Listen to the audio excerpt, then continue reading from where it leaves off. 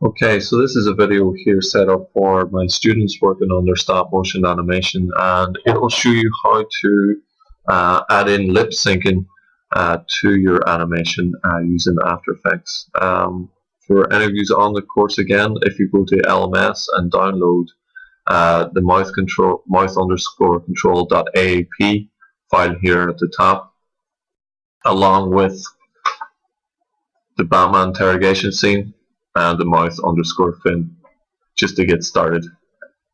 So when you open up the mouth control, you're going to get this warning, okay, that some files are missing. I'm going to show you how to find those missing files to start off with. So when this opens, you're going to get 9 files are missing. So press OK, and what is missing is the mouth_fin, and you can find these over in this folder here. So it's just under fin layers. If you select any one of these and right click and just go replace footage with a file, and just locate that mouth fin PSD file that you downloaded, just open it, it'll find all the RAID as well with it. And these are just our mouth that we're going to use, so there's 8 of them in total. The next thing that we want to do is also load in our Batman interrogation scene. You can load in this file, or you can actually use your own video file that you've been doing in stop motion so far. Once you've got the Batman or your own scene in there, just drag and drop it down to your timeline. The next thing that we want to do is we're going to do this for one camera shot here. So I'm going to scroll across on my timeline here until I find where the camera cuts to another shot. Somewhere around there. And then I'm just going to get rid of the excess video in that. Yeah, that's fine. So now we've got our footage set up, we've got our mouths, and you'll notice that we also have another element down here called slider. So this here is what is going to control the mouth movement, the mouth scale, rotation, and also determines what mouth we're going to use. So if we drop down that little arrow, you'll see that there's a slider control just under effects. If I double click that, you'll see we get this slider control effect here at the top, and if I slide through that, you see the mouth change. So whatever we change it to, it will automatically keyframe down there. So that's just something to remind you for later on. The next thing we want to do is we want to go to our very first frame, and we want to scale and move this mouth into position with the Joker character here at the background. So remember, if you're moving the mouth or scaling it or anything like that, you're using the slider here and not the mouse. Okay, so you're using the slider control, which is the red box. So I'm just going to scale that into position.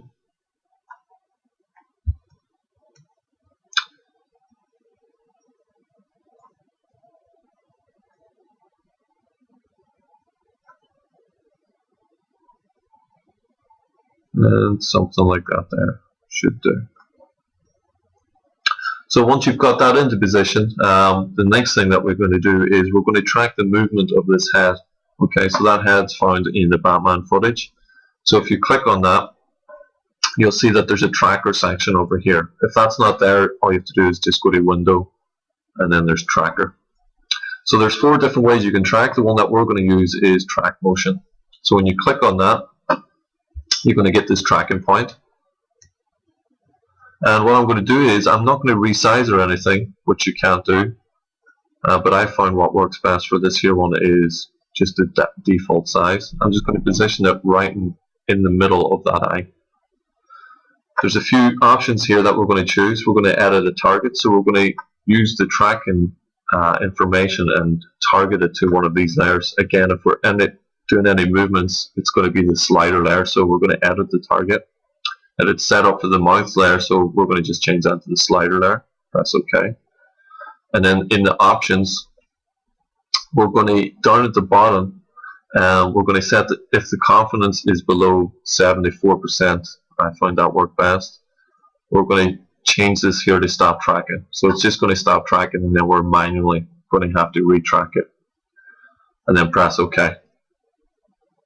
So that's a tracking setup.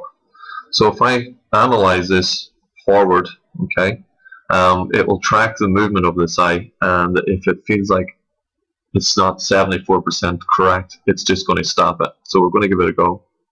Press play. And you see there it tracked it pretty well up until this point. So what I'm going to do now is I'm going to grab the tracker, just not by the crosshairs, but just here underneath it, and move it right up to the eye again. And then I'm going to analyze forward once again. Again, it's lost it once the head's gone back, so I'm going to click over to there, press forward again, it's lost it again, move it back, press forward, it's lost it again, so press forward, and it's done. So you can see now that that box is pretty much following the eye movement, which is good for us. So after that there, all we have to do is hit apply, and that should apply it to our target, which is the slider control.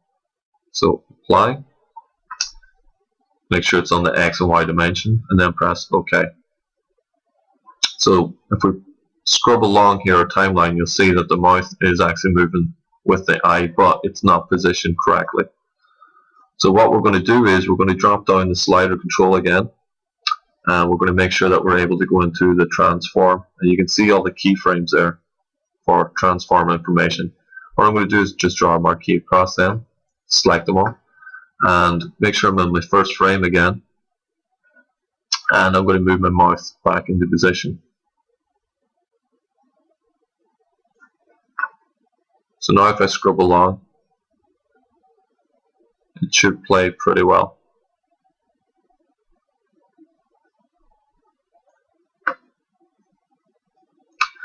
At this point, what you'd want to do is there's certain sections here where the head is moving far to his right and the mouth is coming out. So we're going to have to manually come in here and change those. So this is either by scale or by rotation. So I find that it's starting to rotate somewhere along those lines. So it should be starting to scale down here. So what I'm going to do is I'm going to press on my scale button keyframe here, just by the stopwatch. That should scale it in. And then here I'm going to resize it.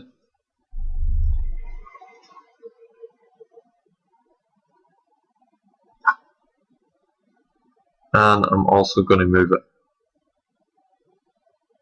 somewhere like that.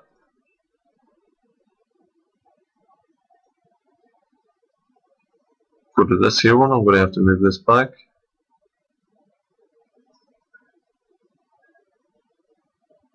And again, I'm going to have to move this one.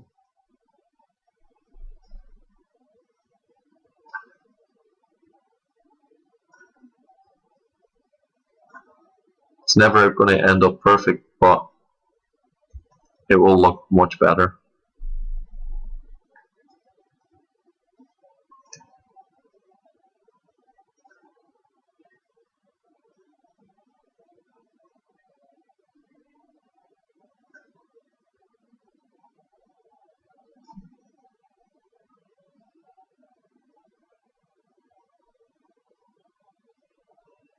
And in the next one, we'll have to move it down again and expand it out.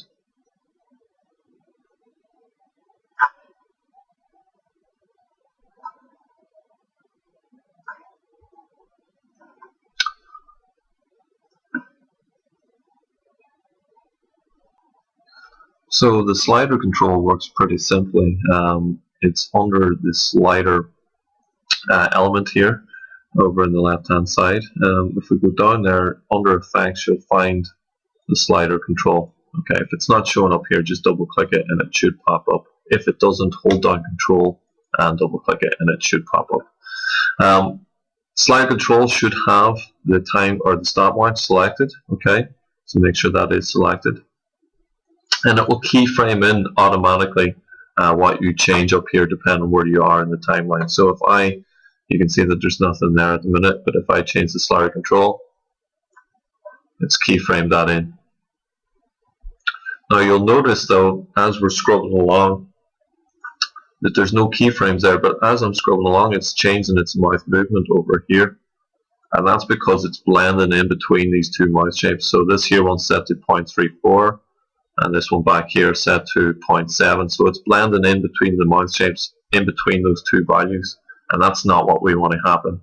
So what we're going to do is we're going to select those two keyframes, right click, and we're going to call it, or we're going to change them to toggle hold keyframe. Okay, so it's a different type of keyframe where it will snap to that keyframe and it will keep that mouth shape until it meets a new keyframe that changes it.